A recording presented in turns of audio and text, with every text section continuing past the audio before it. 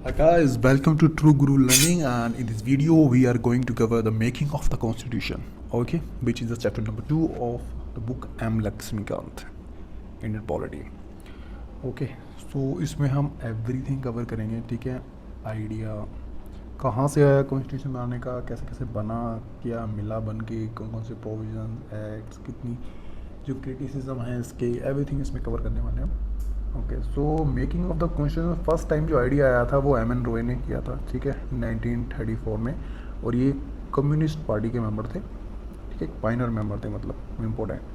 और जो officially demanded हुई थी वो इंडियन नेशनल कांग्रेस ने की थी 1935 में, दैन 1938 में जवाहरलाल नेहरू, देन एक्चुअल में एक्सेप्टेड जो हुई डिमांड वो हुई 1940 में by the British as known as August offer. Okay, ये अगस्त ऑफर की तरह जाना जाता है जब ये डिमांड एक्सेप्ट हुई थी। Okay, so constituent assembly constituted in November 46, okay, November 1946 under the scheme formulated bye cabinet mission. अच्छा, एक कैबिनेट मिशन जो आया था ना, इससे पहले भी एक मिशन आया था जो क्रिप्स मिशन था, स्टैफर्ड क्रिप्स के द्वारा, जो कि ब्रिटिश ने भेजा था, लेकिन वो रिजेक्ट हो गया था, ठीक है, क्योंकि मुस्लिम लीग ने वहाँ डिमांड की थी, क्योंकि तो हमें सेपरेट वो चाहिए कॉन्स्टिट्यूशन असेंबली, तो वो रिजेक्ट हो गया था, मुस्लिम सेटिस्फाई नहीं हो सके उनसे। देन कैबिनेट मिशन आया, कैबिनेट मिशन ने इसको ही रिजेक्ट कर दिया, टू कॉन्स्टिट्यूशन असेंबली को, ठीक है। तो उसकी जो स्कीम थी एक, then put a scheme for the constitution assembly which was less satisfy the Muslim, उसको मुस्लिम ज़्यादा खुश नहीं थे उससे।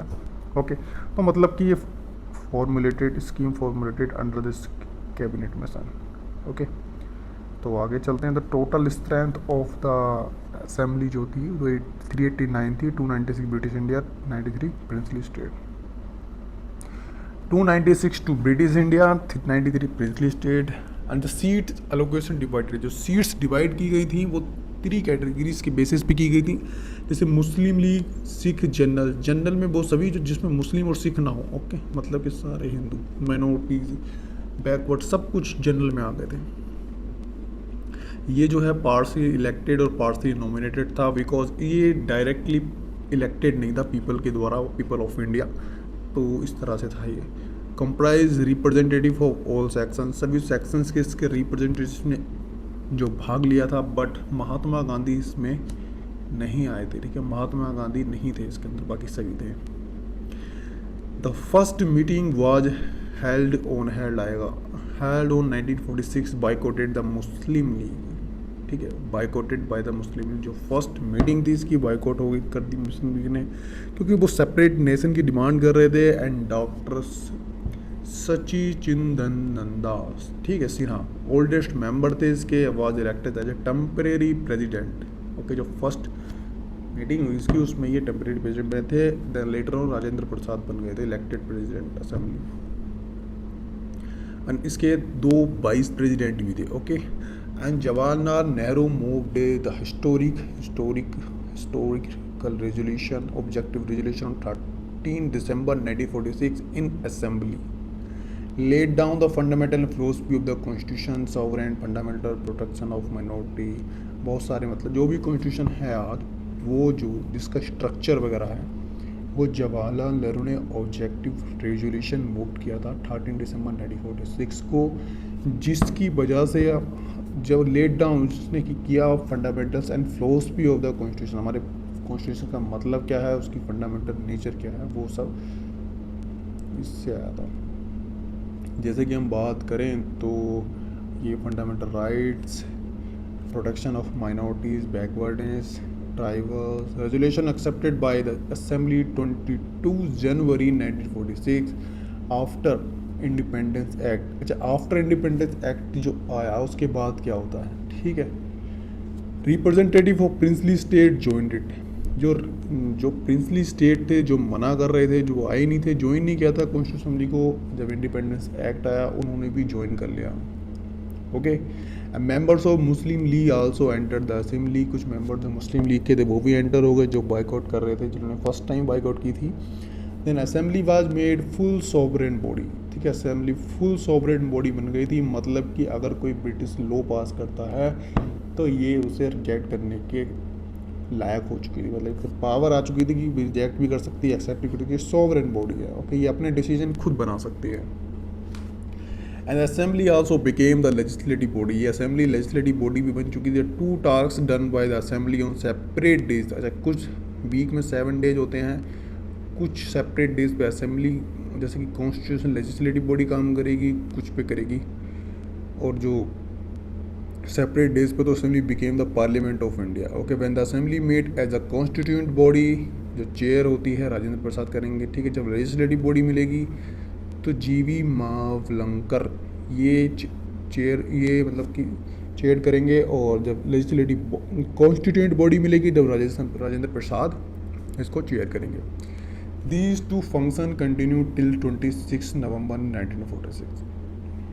ये मैंने पहली वीडियो में बताया, ये डेट बताओ किस चीज़ की है, ओके, कमेंट बॉक्स में बताना। 26 नवंबर 1949 ये डेट कहाँ की है, कहाँ मैंने वीडियो बनाई थी, कहाँ पढ़ी होगी आपने। एक्चुअली प्रेम्बल की डेट है, ओके, याद रखना, 26 नवंबर 1949।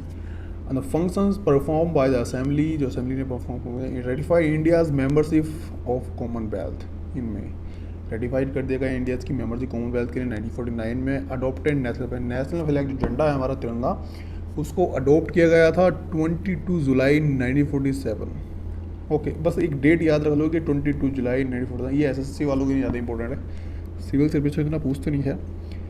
एंड 24 जनवरी 1950 को जितनी भी चीज़ें हुई हैं वो मैं इसमें बता रहा हूँ, ठीक है।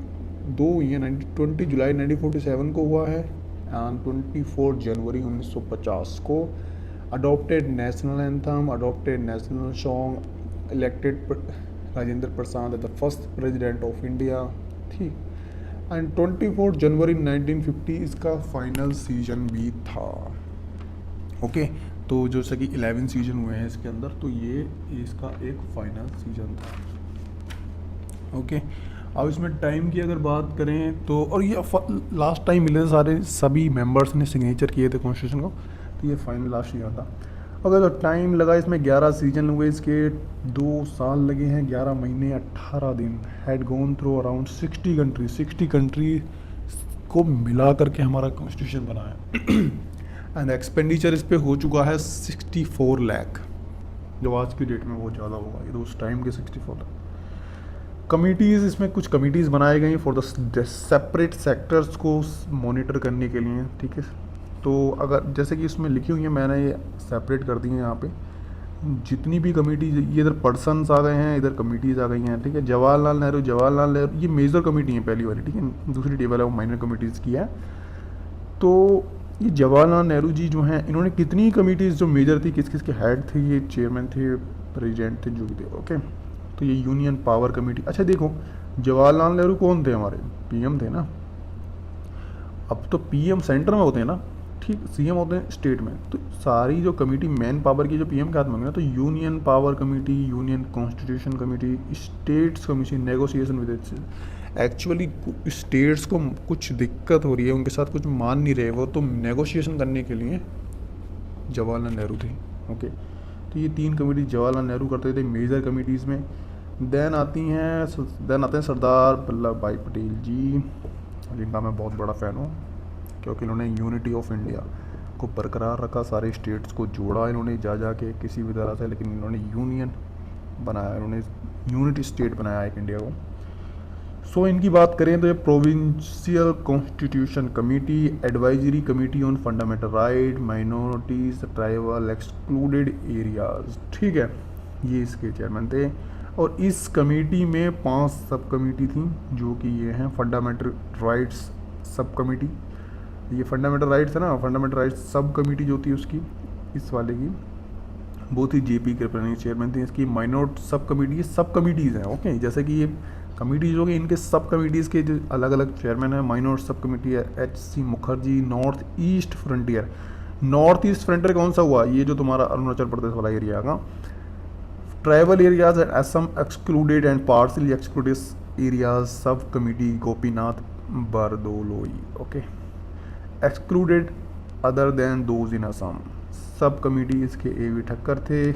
North west frontier tribal area sub committee, north west frontier कौन सा आ गया, जो पाकिस्तान है प्रेजेंट में, ये आ गया। और इसके चेयरमैन नहीं बन पाए थे क्योंकि उससे पहले ही वो एरिया पाकिस्तान को चला गया था। Okay, before electing the chairman as goes to Pakistan.